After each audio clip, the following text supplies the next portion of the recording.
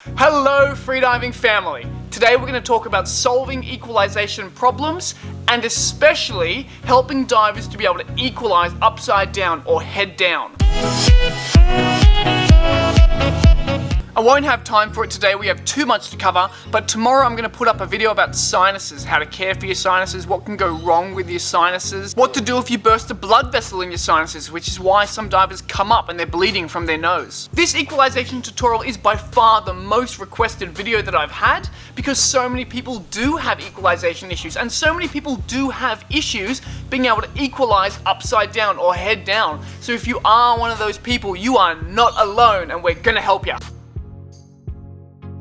Okay, so why do people have issues equalizing? Equalization issues can be broken up into two categories: mechanical issues and physiological issues. A mechanical issue is a problem with the way that a person actually equalizes, an issue with their actual equalization skills, their coordination, the way that they move their muscles to equalize their ears. In this video, I will assume that you have a basic understanding of how to equalize. So if you haven't seen my video on how to Frenzel equalize, then I suggest you watch the whole thing first. A physiological issue is something caused by your actual body, the shape of your nasal cavity, your eustachian tubes, how much mucus that you produce. Really quickly, how the hell do you pronounce this word? I've pronounced it so many different ways over the years. Eustachian tube, eustachian tube, Eustachian tube. On the weekend I had a physiologist on one of my freediving courses and I asked him how to pronounce it. He said that he pronounces it eustachian tube. So I'm going to pronounce it in this video just like that. Eustachian. So, physiological issues. Let's start with physiological issues. To equalize the middle ear, you need to create enough pressure in the nasal cavity to push open the eustachian tubes and equalize the middle ear. But many people do have stiff or less flexible tubes, and this does make it harder to equalize them. Sometimes one ear is harder to equalize than the other, one ear equalizes slowly, one ear requires more force to be able to equalize. One tube is stiff and the other one isn't. If you do have stiff tubes or a stiff tube, there are so many inappropriate jokes I could make right now. I wouldn't worry too much because you can easily increase their flexibility. But how do you actually know if you have stiff tubes or not? Well, often when you equalize a stiff tube, you won't hear a nice clean pop in your ears, but rather the air will squeak in or crackle in, or it will like hiss into your ears. And typically a stiff tubed ear or an ear with stiff eustachian tubes is harder to equalize, or it takes longer to equalize. Keep in mind that if you have been diving recently and you haven't been equalizing often enough, or you haven't been equalizing properly, that you will have agitated and inflamed the tissues surrounding your eustachian tubes, and they may even hurt right now. If your eustachian tubes stretch too much because you're not equalizing often enough, then what will happen is those inflamed tissues will swell shut and not allow you to equalize at all. So in this video, please don't confuse your ears feeling sore or inflamed with the symptoms of having a naturally tight tube. So the simple way to increase the flexibility of your tubes is to just equalize more often. But here's a specific exercise for it. So for 10 minutes every day, you're going to sit down and do a sequence of 5 equalizations. The first one will be very soft.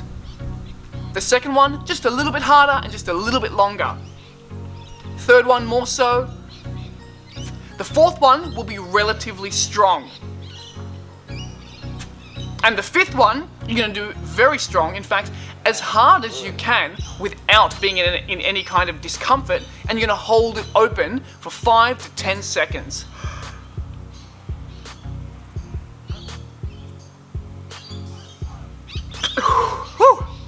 This may make you a little bit lightheaded.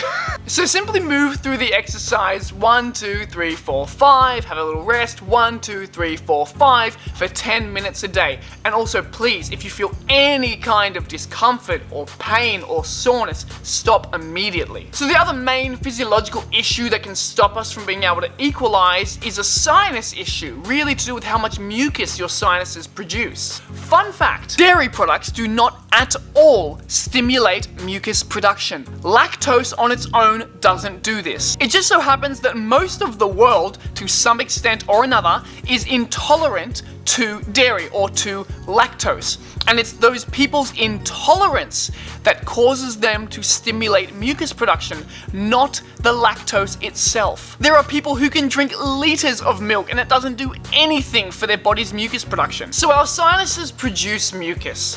When you're healthy, you can produce up to 1 liter of mucus per day. You are all disgusting. If you have a cold or a flu, then your sinuses will produce even more than that, and it will block up your entire nasal cavity. And that makes it almost impossible to equalize. Also, if you work in a dusty environment, that dust and those particles will clog up your sinuses, they'll clog up your nasal cavity and make it really, really hard for you to equalize. Tomorrow I'm going to put up a video about how to actually deal with your sinuses, how to flush them out if you do get clogged sinuses. So once I make that video, I put it up tomorrow, I'll put the link in the description down below. Okay, now for mechanical issues with our actual equalization skill and coordination. Some of this stuff actually is a little bit difficult to communicate online. I will do my best, but really the best way to get someone over their equalization issues is to work with them in the water, giving them real-time feedback. So if any of you are keen, me and Alexei Molchanov, who is the current men's world record holder with fins, 129 meters, are teaching an 8-day freediving course for all levels. We're doing this in Bali from the 4th of November till the 11th of November. I'll put the details for that as well in the description below. Sorry guys, the sun came out so I changed the camera angle. We are in a very professional studio right now. Now, it's much easier to equalize when you're descending head up or descending feet first than when you're descending inverted or with your head down. There are a few reasons for this. Because the air will always want to travel to the area of lesser pressure, if you're head down, it will want to travel away from your ears. If you're head up, it will want to travel towards your ears. Also, descending head down tends to hold your equalization muscles in a position which does make it actually harder to equalize, but we are going to talk a lot about that shortly. And finally, as my man Mikey Fresh in the Philippines pointed out the other day, when we are inverted, we increase the blood pressure in our heads, which means we're going to have more blood in our blood vessels and in our veins. And that doesn't give as much room or as much space to our eustachian tubes to be able to actually move and part to let the air through it. One of the easiest ways for you to just know if you do have a mechanical issue or a physiological issue is whether you can easily equalize descending with your head up or descending down feet first. If you can equalize head up with no squeaking or hissing or difficulty, then most likely you simply have a mechanical issue. If your ears still hiss or squeak or they're challenging to equalize, then most likely you do have a physiological issue, or you have a combination of the two. Sometimes this all seems like a complicated topic, but it's really just because we can't see most of the time what's going on inside our mouths when we're diving. But really, once we've established that we don't have tight tubes, or that we're not overproducing mucus or working in a dusty or congestive environment, there are only a few things that can really mechanically go wrong. In most cases, divers with mechanical issues are blocking off access to their nasal cavity with some part of their mouth. To equalize the middle ear, all we have to do is put enough pressure in the nasal cavity to push open the eustachian tubes. Now, you remember from my How to Frenzel Equalize video that we spoke a lot about the soft palate, how the soft palate can get stuck up against the back of the mouth and block off access to the nasal cavity. Now, this can happen for a few reasons. The first place the diver usually gets stressed is in the muscles around their neck and their throat. This then causes them to tense up or lock up the muscles in their oral cavity, which then doesn't allow the air to pass from their oral cavity into their nasal cavity. Now, all the habits in our mouths come from a combination of our breathing, our eating, and our speaking habits.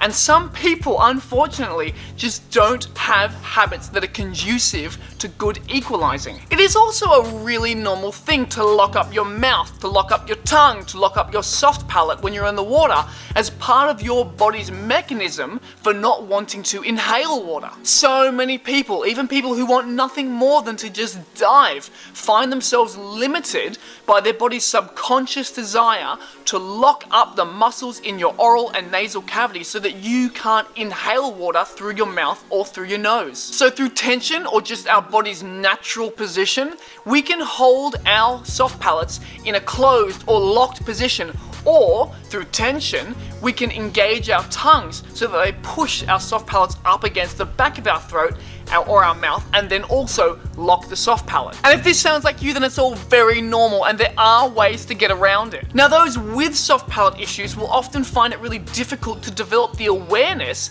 that their soft palate is actually closed, because for those people, that is the natural, that is the normal position that they hold their mouths in. To do anything else would feel abnormal, it would feel strange, and when they dive, all that they want to do is revert back to that original, to that natural, normal position in their mouths, even if that position is stopping them from being able to equalize, even if that position is not helping them at all. That's a bit of a metaphor for life. So to get around soft palate issues, we're going to go through a little exercise that will teach you what it feels like when you're holding your soft palate open. You're going to inflate a balloon.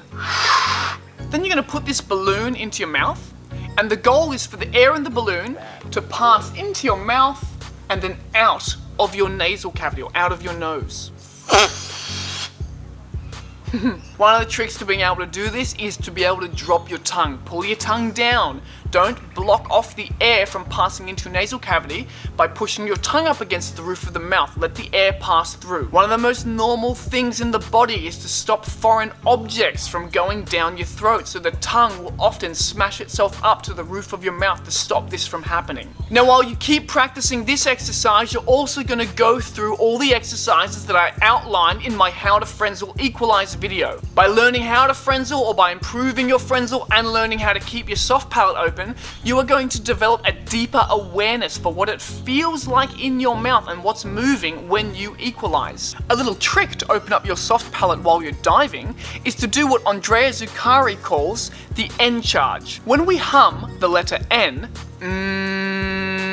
our tongue goes into a T position, or similar to a T position, and we direct air out of our nasal cavity. If you pinch your nose and hum the letter N, then eventually you're going to equalize.